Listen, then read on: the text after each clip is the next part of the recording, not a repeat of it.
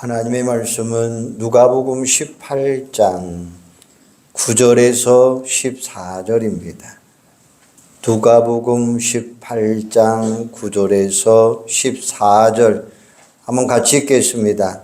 또 자기를 의롭다고 믿고 다른 사람을 멸시하는 자들에게 이 비유로 말씀하시되 두 사람이 기도하러 성전에 올라가니 하나는 바리새인이요 하나는 세리라. 바리새인은 서서 따로 기도하여 이르되 하나님이여 나는 다른 사람들 옷 토색 뿌리 간음을 하는 자들과 같이 아니하고 이 세리와도 같이 아니함을 감사하나이다. 나는 일해에 2번씩 금식하고 또 소득의 11조를 드리나이다 하고 세리는 멀리 서서 감히 눈을 들어 하늘을 쳐다보지도 못하고 다만 가슴을 치며 이르되 하나님이여 불쌍히 여기소서 나는 죄인으로소이다 하였느니라. 내가 너희에게 이르노니 이에 저 바리새인이 아니고 이 사람이 의롭다 하심을 받고 그의 집으로 내려갔느니라. 무릇 자기를 높이는 자는 낮아지고 자기를 낮추는 자는 높아지리라 하시니라. 아멘. 패트릭 헨리라고 하는 사람은 이런 말을 했어요. 자유가 아니면 죽음을 달라. 바로 인류의 역사를 자유로운 투쟁사다라고 말하고 있습니다. 내가 남을 제한하지 않을 뿐만 아니라 나도 다른 사람들에게 제한받지 않는 그것이 바로 자유다. 하지만 우리에게 그보다 더 중요한 것이 있습니다. 그건 바로 영적인 자유를 누리는 거예요.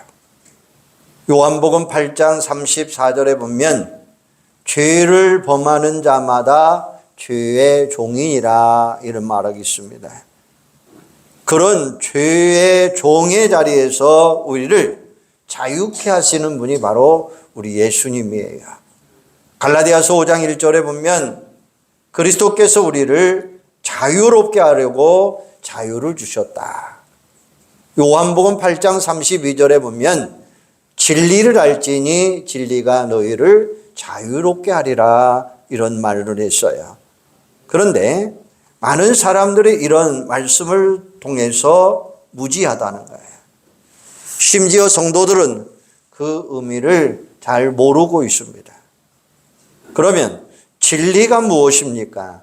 바로 예수님이 진리예요.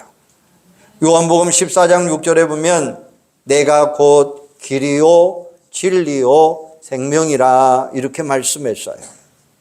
그리고 우리는 이미 진리와 자유를 가진 사람들입니다. 그러면 우리가 가지고 있는 자유를 어떻게 누리고 지켜야 되느냐? 그러므로 굳세게 서서 다시는 종의 멍에를 매지 말라 이런 말이 있습니다. 바로 영적인 자유를 지키기 위해서 우리는 예수님과 동행함을 살아가는 삶이 오늘 우리들에게 분명히 있어야 된다라는 거예요. 아멘. 여러분 한 주간 살면서 어떤 은혜를 누리면서 사셨어요? 어떤 분들은 말씀이 주시는 은혜를, 어떤 분들은 믿음에 더 큰 확신을 가진 은혜를, 어떤 분들은 기도 응답의 은혜를, 어떤 분들은 몸과 마음이 치유되는 은혜를 누리며 살았어요. 하지만 우리에게 가장 큰 은혜는 내가 누구인가를 알아가는 은혜라는 거예요. 우리에게 최고의 질문은 나는 누구인가라는 질문이에요. 나를 알아가는 것 은혜보다 더 큰 은혜가 없다는 것입니다. 오늘 말씀은 예수님께서 제자들과 함께 사마리아를 지나가시다가 들려주신 말씀이에요. 우리는 보통 이 말씀을 바리새인과 세리의 비유다라고 이야기합니다. 바리새인과 세리 두 사람이 같은 날 같은 장소에서 기도했어요. 10절에 보면 두 사람이 기도하러 성전에 올라가니, 두 사람이 정해진 시간에 기도하려고 성전에 올라갔어요. 유대인들은 보통 하루에 3번씩 기도를 합니다. 오전 9시, 낮 12시, 그리고 3시. 그들이 몇 시에 성전에 올라갔는지는 알 수 없지만 한 가지 중요한 것은 우리가 기도하기에 정해진 시간을 놓고 기도하러 갔더라라는 것입니다. 한 젊은이가 유명한 영성가인 헨리 나우겐에게 물었습니다. 우리가 바쁜 일과 속에서 기도하는 가장 좋은 방법이 무엇입니까? 라고 물었어요. 그러자 헨리 나우겐은 이런 대답을 했습니다. 가장 좋은 방법은 기도 시간을 정해놓고 그것을 절대로 어기지 않는 것입니다. 시간을 정하십시오. 그리고 일단 정하셨으면 무슨 수를 써서라도 꼭 지켜나가십시오. 그러면 기도의 세계를 깊이 경험하게 될 것입니다. 라고 이야기했어요. 여러분, 기도하기 위해서 따로 정해놓은 시간이 있습니까? 시간 정해놓고 어떤 경우에도 기도한다라고 결심하는 그것이 기도 잘하는 최고의 방법이 될 수 있다는 것입니다. 그런데 오늘 본문에 나오는 두 사람을 보면 기도의 내용과 자세가 다르다는 것을 볼 수가 있어요. 바리새인은 자기를 드러내는 기도를 했고, 세리는 회개하는 기도를 했고, 바리새인은 서서 기도했고 세리는 무릎을 꿇고 기도했고, 바리새인은 사람들이 보는 데서 기도했고 세리는 행여라도 남이 볼세라 어둡고 칙칙한 데서 기도를 했습니다. 그런데 하나님께서 세리의 기도는 들어주셨고 바리새인의 기도는 들어주지 않았습니다. 여러분, 두 사람의 공통점이 있습니다. 두 사람이 다 성전에 올라가서 기도했습니다. 또 오늘 말씀을 읽으면서 알게 된 사실이 있다면 두 사람이 죄인이라고 하는 사실이에요. 그리고 두 사람 중에 한 사람이 우리가 아니라 우리 안에 두 사람이 다 들어있다고 하는 사실이에요. 그러면 먼저 바리새인을 한번 생각해 보십시다. 바리새인은 서서 따로 기도하며 이르되 하나님이여 나는 다른 사람들 곧 토색, 불의, 간음하는 자들과 같이 아니하고 이 세리와도 같이 아니함을 감사하나이다. 바리새인은 서서 다른 사람들이 들을 수 있게 큰 소리로 기도했어요. 이 내용입니다. 하나님, 나는 다른 사람들 곧 토색, 불의, 간음하는 자들과 같이 아니하고 세리와도 같이 아니함을 감사합니다. 나는 일주일에 2번씩 금식하고 또 소득의 11조를 드렸습니다. 예수님 당시 4부류의 유대인들이 있었는데 바리새인, 사두개인, 에세네파 그리고 열심당이 있었어요. 그 중에 바리새인들이 가장 열심히 믿는 사람이었어요. 바리새라는 말은 구별되다라는 이야기예요. 그들은 율법을 하라와 하지 말라로 구분해 놓고 있는데 하라는 것은 하고 하지 말라는 것은 절대 하지 않았어요. 성경에서 먹지 말라고 하면 절대로 먹지 않았고 성경에서 부정적이다라고 하면 절대로 가까이 하지 않았어요. 그렇게 자신들을 구별하면서 살아가는 것이 뭐가 잘못입니까? 라는 거예요. 그런데 예수님은 마태복음 5장 20절에 보면 너희 의가 서기관과 바리새인보다 더 낫지 못하면 결국 천국에 들어가지 못하리라 이렇게 말해요. 오늘 우리의 문제는 말씀대로 살아가지 않는다라는 거예요. 그런데 바리새인들은 어떻게 해서라도 말씀대로 살려고 부단히 노력했어요. 그런데 어떻게 문제가 될 수 있습니까? 그런데 바로 거기에는 위선이라고 하는 위선이 들어있어요. 위선은 말과 행동이 다르다라는 거예요. 생각이나 말은 그럴듯한데 그렇게 살지 않는다는 거예요. 행동이 말과 생각을 따라가지 못한다는 거예요. 즉, 내가 알고 있는 나와 남들이 알고 있는 내가 다르고, 남들이 아는 내가 하나님이 알고 있는 나하고 많이 다르다라는 거예요. 처음에는 말과 행동이 다르다고 하는 사실에 대해서 마음 아파합니다. 부끄러워합니다. 그렇게 살지 않으려고 노력합니다. 하지만 점점 그런 자신을 변명하거나 정당화시키려고 합니다. 그러면서 나중에는 죄책감도 느끼지 못하고 이중적인 삶을 살아가는 거예요. 독일에 보네포 목사님이 계셨어요. 그분은 히틀러 정권 아래서 모두가 히틀러를 찬양할 때 이분은 목숨 걸고 히틀러 정책을 반대하신 분이에요. 그는 고백교회를 만들어서 그리스도인으로서 행동하는 양심을 익혔고, 신학교를 만들어서 다음 세대에 경건 훈련을 시켰어요. 그러다가 마지막에 가서는 히틀러 암살 운동을 시도하다가 결국 붙잡혀서 사형을 당하고 맙니다. 모든 그리스도인들이 그런 보니퍼 목사님을 20세기의 훌륭한 순교자다 이렇게 추앙하면서 존경한 인물이에요. 그분이 가장 좋아하는 말이 자기가 하고 싶은 것을 하려고 하지 말고 옳은 것을 하려고 하라라고 하는 말이 있습니다. 보니퍼 목사는 당대의 의인이었어요.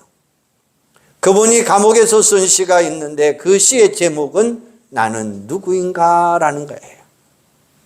모든 사람들이 신앙의 영웅이라고, 순교자라고, 독재자와 맞서서 싸운 용감한 신앙인이라고 추앙했지만 정작 보니퍼 목사님은 자신을 그런 사람이 아니다라고 이야기해요. 다른 사람들이 볼 때 훌륭하고 평화롭고 친절하게 보여도 나는 스스로는 불안에 떨고 있고 다른 사람들의 작은 말에도 쉽게 상처를 받고 인간의 정에 굶주린 하나의 인간뿐입니다 라고 말했어요. 그러면 우리는 어떻습니까? 오늘 우리도 마찬가지예요. 오늘 본문 11절에 보면 나는 다른 사람들, 토색과 불의와 간음하는 자들과 같이 아니하고 이 세리와도 같이 아니함을 감사하나이다. 12절에 나는 일에 2번씩 금식하고 또 소득의 11조를 드리나이다. 혹시 우리도 나는 다른 사람들보다 죄를 적게 지었다라고 생각하고 있는지 몰라요. 혹시 우리도 나는 다른 사람들보다 신앙생활 나름대로 열심히 했다라고 생각할지도 몰라요.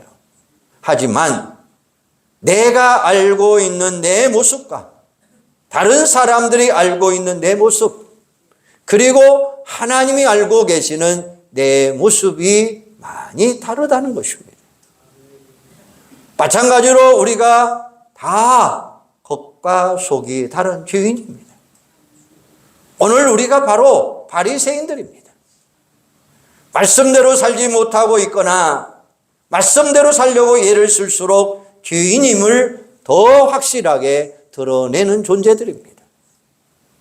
요한계시록 3장 17절에 보면 라오디아 교회를 책망하는 내용이 나와요. 내가 말하기를 나는 부자라 부유하여 부족한 것이 없다 하나 내 곤고한 것과 가련한 것과 가난한 것과 눈먼 것과 벌거벗은 것을 알지 못하는도다. 여기는 3가지를 지적했어요. 하나는 너는 가난하다. 물질적으로는 부유하고 풍요로울지 모르지만은 영적으로는 가난하다는 거예요. 너는 눈이 멀었다. 세상을 바라보는 눈은 밝은데 하나님을 바라보는 눈은 어둡다는 거예요. 너는 벌거벗었다. 겉으로는 그럴싸한데 속이 텅텅 비어있다. 너는 겉과 속이 다른 바리새인과 같은 사람이다 라는 뜻이에요. 이게 바로 오늘 우리가 꼭 발견해야 될 나의 모습이라고 하는 사실이에요. 두 번째는 세리의 모습들입니다. 오늘 말씀에서 우리가 발견하고 깨달아야 될 또 하나의 중요한 점, 나는 바리새인이라고 고백만 해도 굉장하게 겸손한 모습이에요. 하지만 오늘 말씀을 보면 우리가 바로 세리라고 하는 사실도 알 수 있어요. 두 사람의 의미하는 내용이 많이 달라요. 바리새인은 행위가 잘못된 주인, 생각이나 마음은 괜찮은데 행동이 따라가지 못하는 사람. 하나님은 우리의 행동을 보시고 행동으로 나타나는 죄를 반드시 심판하신다는 거예요. 그런데 우리가 세리의 모습을 보면 거기서 한 걸음 더 나갑니다. 세리는 존재 자체가 죄인이에요. 바리새인은 겉으로 드러나는 죄인이라고 한다면 세리는 속사람까지도 죄로 물들어 있는 죄인입니다. 13절 한번 보실까요? 같이 한번 읽어보시겠습니다. 시작. 세리는 멀리 서서 감히 눈을 들어 하늘을 쳐다보지도 못하고 다만 가슴을 치며 이르되 하나님이여 불쌍히 여기소서 나는 죄인으로소이다 하였느니라. 세리가 왜 가슴을 치면서 얼굴을 들지 못했을까요? 자신을 죄인이라고 생각했기 때문이에요. 이게 바로 다윗이 발견한 자신의 모습이에요. 다윗이 밧세바를 범한 후에 나단 선지자로부터 책망을 듣고 회개합니다. 그리고 나서 그가 쓴 시가 시편 51편이에요. 그 51편에서 다윗이 자신의 행위에 대해서 회개를 합니다. 그래서 3절에 보면 대전하는 내 뒷가를 아오니 내 죄가 항상 주 앞에 있나이다 라고 이야기해요. 다윗은 밧세바를 범한 죄를 철저하게 회개했어요. 하지만 곧바로 자신은 태어날 때부터 이미 죄인이다 라고 고백해요. 5절에 보면 내가 죄악 중에 출생하며 모친이 주중에서 나를 잉태하였나이다 라고 고백합니다. 다윗은 밧세바를 범하기 전부터 이미 죄인이다 라는 거였어요. 저와 여러분은 어떻습니까? 여러분도 오늘 세리처럼 하나님 앞에만 서면 부끄러워서 얼굴을 들 수 없겠습니까? 겸손해서 그런 것이 아니라 너무나 부끄럽고 너무나 창피해서 그렇다는 거예요. 우리가 무슨 수로 하나님 앞에 감히 얼굴을 들 수 있겠습니까? 로마서 3장 10절에 보면 기록된 바 의인은 없나니 하나도 없다라고 말씀해요. 우리가 죄를 지어서 죄인이 된 것이 아니라 죄인이기 때문에 존재 자체가 죄인이기 때문에 죄를 지었다라는 거예요. 이게 신학적으로 전적 타락이라고 설명을 합니다. 이 땅에는 의인이 한 사람도 없습니다. 저도 그렇고 여러분도 마찬가지입니다. 오늘 세리가 따로 없습니다. 창기가 따로 없습니다. 내가 바로 세리이고 내가 바로 창기입니다. 종교개혁자 마틴 루터는 이런 말을 했어요. 하나님 앞에서 우리 모두 거지요 죄인이요. 하나님의 도움이 없으면 우리는 아무것도 할 수 없습니다 라고 이야기했어요. 이 말에 여러분은 동의하십니까? 우리는 하나님의 도움이 없이는 아무것도 할 수 없는 존재라는 사실이에요. 이게 오늘 우리가 꼭 기억해야 될 나의 모습이다라는 거예요. 세 번째로 그런 우리들을 하나님께서 받아주셨다는 사실이에요. 14절에 보면 내가 너희에게 이르노니 이에 저 바리새인이 아니고 이 사람이 의롭다 하심을 받고 그의 집으로 내려갔느니라. 여기서 보면 의롭다 하심이라는 단어예요. 이 말은 곧 받아들여졌다라는 말이에요. 죄가 없어서 깨끗해서 의로워서 받아준 게 아닙니다. 죄가 있음에도 불구하고 그런 우리를 받아주셨다라는 거예요. 그래서 이런 역설이 있습니다. 죄는 하나님께로 나가는 걸림돌이면서 동시에 하나님께로 나갈 수 있는 디딤돌이다, 이런 말이 있어요. 죄와 은혜는 항상 같이 있습니다. 죄로 인해 은혜가 사라지는 것이 아니라 죄로 인해 은혜가 더 차고 넘친다라는 말씀이에요. 그래서 로마서 5장 20절에 보면 죄 많은 곳에 은혜가 더욱 넘치니라 라고 말하고 있습니다. 하나님은 우리가 죄를 짓기 때문에 싫어하시지만 또한 우리가 죄인이기 때문에 그런 우리를 하나님은 사랑하신다는 거예요. 이 비유의 말씀을 이런 내용으로 한번 생각해 볼 수 있어요. 어떤 환자가 암에 걸려서 수술을 합니다. 의사가 환자를 수술하는데 너무나 아파요.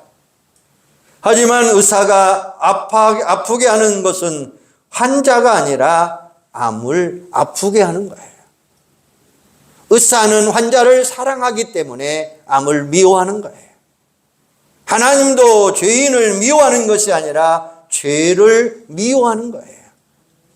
오늘 말씀의 가장 중요한 포인트가 바로 이것입니다. 오늘 말씀에 나오는 두 사람은 우리가 하나님께로 나가는 두 가지 길을 우리에게 보여주셨어요. 바리새인은 자신의 죄에 집중합니다. 그리고 매일매일 죄의 목록을 점검합니다. 그리고 자신이 그 죄에 힘들게 싸움을 합니다. 하지만 세리는 죄와 싸우지 아니하고 곧장 하나님께 나갑니다. 왜냐하면 자기는 죄와 싸워서 이길 수 없다는 사실을 너무나 잘 알고 있기 때문이에요. 바리새인은 열심히 죄와 싸워서 이긴 자신이 자랑스러웠어요.